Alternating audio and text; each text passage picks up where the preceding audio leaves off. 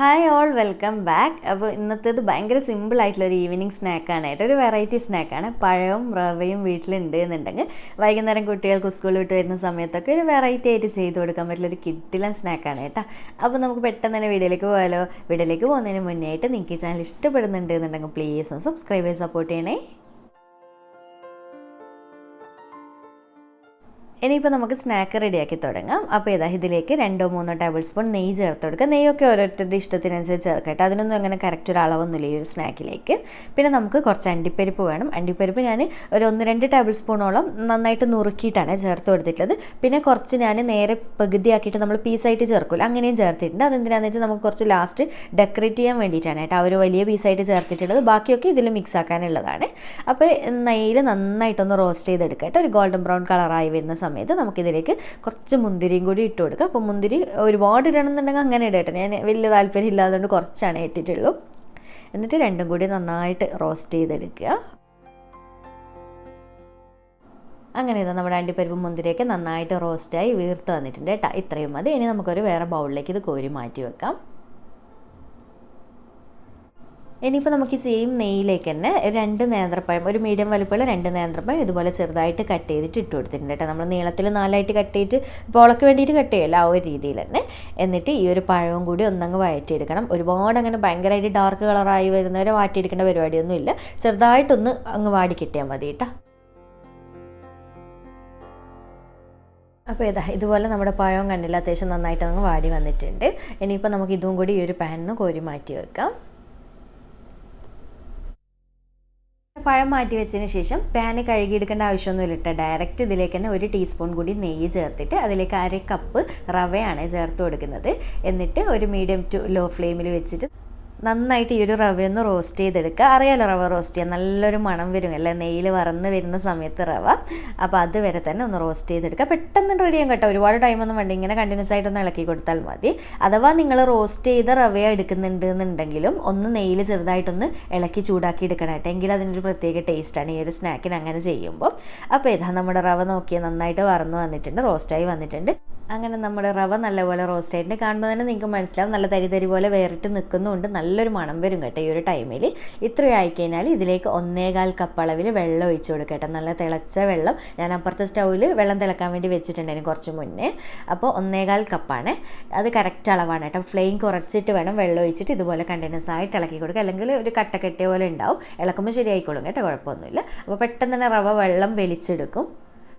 അപ്പോൾ ഈ ഒരു പരിവാവുന്ന സമയത്ത് നമുക്കിതിലേക്ക് പഞ്ചസാര ചേർത്ത് കൊടുക്കട്ടെ. ഒന്ന് കുറുകി വരണേ റവ, എന്നിട്ടാണേ ചേർക്കാൻ പാടുള്ളൂ. അപ്പോൾ 1/3 കപ്പ് അളവിൽ പഞ്ചസാരയും നമ്മൾ നേരത്തെ വഴറ്റി വെച്ചിട്ടുള്ള പഴയില്ല അതിൽ നിന്ന് കുറച്ച് ഞാൻ അവിടെ മാറ്റി വെച്ചിട്ടുണ്ട് കേട്ടോ. എന്നിട്ട് ബാക്കി ചേർത്ത് കൊടുക്കുക. പിന്നെ നമ്മൾ വറുത്ത് വെച്ചിട്ടുള്ള നട്ട്സ് ചേർക്കുന്നുണ്ട്.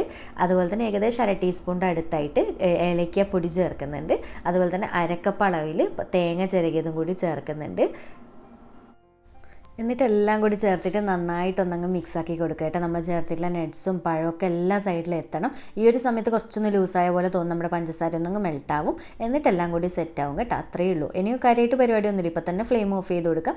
ഒന്നും കൂടി അങ്ങ് മിക്സായി വന്നു കഴിഞ്ഞാൽ നമുക്ക് പാനിൽ നിന്ന് വിട്ട് കിട്ടുന്നൊരു പരിവയില്ലേ, അങ്ങനെ ആവും കേട്ടോ. പഞ്ചസാര മെൽട്ടായി കഴിഞ്ഞാൽ അപ്പോൾ തന്നെ നിങ്ങൾക്ക് മനസ്സിലാവും. അപ്പോൾ റെഡി ആയിട്ടുണ്ട്. ഒന്നങ്ങ് സെറ്റായി കഴിഞ്ഞാൽ ഉടനെ തന്നെ ഫ്ലെയിം ഓഫ് ചെയ്ത് കൊടുക്കുക കേട്ടോ. പിന്നെ ഒരു കാര്യം പ്രത്യേകം ശ്രദ്ധിക്കുക, മധുരം ഓരോരുത്തരെടുക്കുന്ന പഴത്തിൻ്റെ മധുരത്തിലുള്ള വ്യത്യാസം വരുമല്ലോ. അപ്പോൾ നിങ്ങൾ നോക്കുക കേട്ടോ എത്രത്തോളം വേണമെന്നുള്ളത്. മാക്സിമം 1/2 കപ്പ് വരെ ചേർക്കുക. അതിൽ കൂടുതൽ വേണമെന്നുണ്ടെങ്കിൽ നിങ്ങൾ നോക്കുക. ഞാനിപ്പോൾ 1/3 കപ്പേ ചേർത്തിട്ടുള്ളൂ. കാരണം വേറെ ഒന്നുമല്ല, നമുക്കിവിടെ ആയിരിക്കും മധുരം വലിയ താല്പര്യമില്ല. പിന്നെ പഴം അത്യാവശ്യം മധുരം ഉണ്ട് കേട്ടോ, അതുകൊണ്ടാണ്. അപ്പോൾ അതവിടെ ഫ്ലെയിം ഓഫ് ചെയ്ത് വെച്ചിട്ട് ഇനി കുറേ ടൈം നമ്മൾ കളയാൻ പാടില്ല കേട്ടോ. ചൂടോടെ തന്നെ ഇത് സെറ്റ് ചെയ്യാൻ വെച്ചില്ലെങ്കിൽ സെറ്റായിട്ട് കിട്ടില്ല. അപ്പോൾ ഞാനിതൊരു ട്രേയിൽ നന്നായിട്ട് നെയ്യൊക്കെ ബ്രഷ് ചെയ്ത് മുന്നേ തന്നെ സെറ്റ് ചെയ്ത് വെച്ചിട്ടുണ്ട് കേട്ടോ. ഇനി ഇതിലേക്ക് നമ്മൾ നേരത്തെ ഞാൻ പറഞ്ഞില്ല പഴം മൊത്തത്തിൽ ഇട്ടിട്ടില്ല, കുറച്ചവിടെ മാറ്റി വെച്ചിട്ടുണ്ട്. ആ ഒരു പഴം ഇതുപോലെ ട്രേയിലൊന്ന് സെറ്റ് ചെയ്യാൻ വേണ്ടിയിട്ട് വെച്ചാണ് കേട്ടോ. അപ്പോൾ ഇതുപോലെ ഞാൻ ഇട്ട് കൊടുക്കുന്നുണ്ട്. എത്രത്തോളം വേണം അതിനനുസരിച്ച് ഇട്ട് കൊടുക്കുക. അതുപോലെ തന്നെ നമ്മൾ കുറച്ച് നട്ട്സും കൂടി ഞാനിവിടെ, അതായത് അണ്ടിപ്പരിപ്പ് മുന്തിരിയും കൂടി മാറ്റി വെച്ചിട്ടുണ്ട്. അതും കൂടി ഇങ്ങനെ ഇട്ട് കൊടുക്കുന്നുണ്ട്. അപ്പോൾ ഹാഫ് പോർഷനായിട്ടുള്ള അണ്ടിപ്പരിപ്പാണ് മാറ്റി വെച്ചിട്ടുള്ളത്. നുറുക്കിയിട്ടുള്ളത് മൊത്തത്തിൽ അതിൽ മിക്സ് ആക്കിയിട്ടുണ്ട്. അപ്പോൾ അതും കൂടി ഇതിലേക്ക് ഇട്ട് കൊടുക്കുക.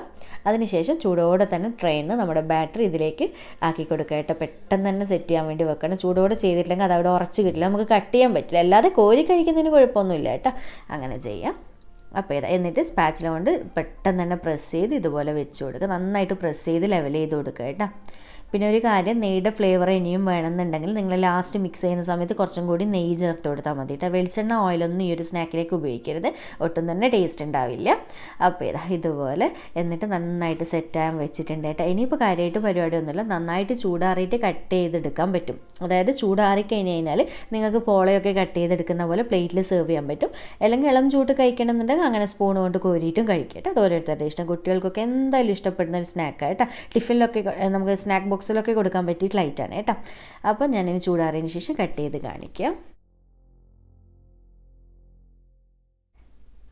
അപ്പോൾ ഇത്രയേ ഉള്ളൂ, നമ്മുടെ സ്നാക്ക് റെഡി ആയിട്ടുണ്ട്, നല്ലപോലെ സെറ്റ് ആയിട്ടുണ്ട്. ഇനി ഇതുപോലെ ഒരു പ്ലേറ്റ് എടുത്തിട്ട് ഇതിലേക്ക് ഞാൻ കമഴ്ത്തി ഇട്ട് കൊടുക്കുന്നുണ്ട്. കണ്ടില്ലേ, പെട്ടെന്ന് തന്നെ ഈ ഒരു ട്രെയിൽ നിന്ന് ഇളകി വന്നില്ലേ. ഇത്രയേ ഉള്ളൂ.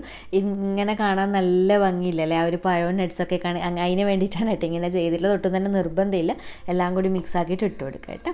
അപ്പോൾ ഞാൻ ഇത് പതുക്കെ കട്ട് ചെയ്തെടുക്കുന്നുണ്ട്. നല്ലപോലെ തണുത്ത് ഒന്ന് ഉറച്ചതിന് ശേഷം ആയതുകൊണ്ട് പെട്ടെന്ന് കട്ട് ചെയ്തെടുക്കാൻ പറ്റും കേട്ടോ. അല്ലെങ്കിൽ സ്പൂൺ കൊണ്ട് കോരി കഴിക്കുക, എങ്ങനെയാണ് ഇഷ്ടമുള്ളത് എങ്ങനെയാലും ചെയ്യുക, കുഴപ്പമൊന്നുമില്ല. അപ്പോൾ എന്തായാലും വീഡിയോ ഇഷ്ടമാവുമെന്ന് തന്നെ വിചാരിക്കുന്നു. ഇഷ്ടമായിട്ടുണ്ടെന്നുണ്ടെങ്കിൽ ലൈക്ക് ചെയ്യാനും ചാനൽ സബ്സ്ക്രൈബ് ചെയ്യാനും മാക്സിമം ഷെയർ ചെയ്തെടുക്കാനും മറക്കല്ലേ. അപ്പോൾ വീണ്ടും ഒരു അടിപൊളി വീഡിയോ ആയിട്ട് കാണാം. താങ്ക്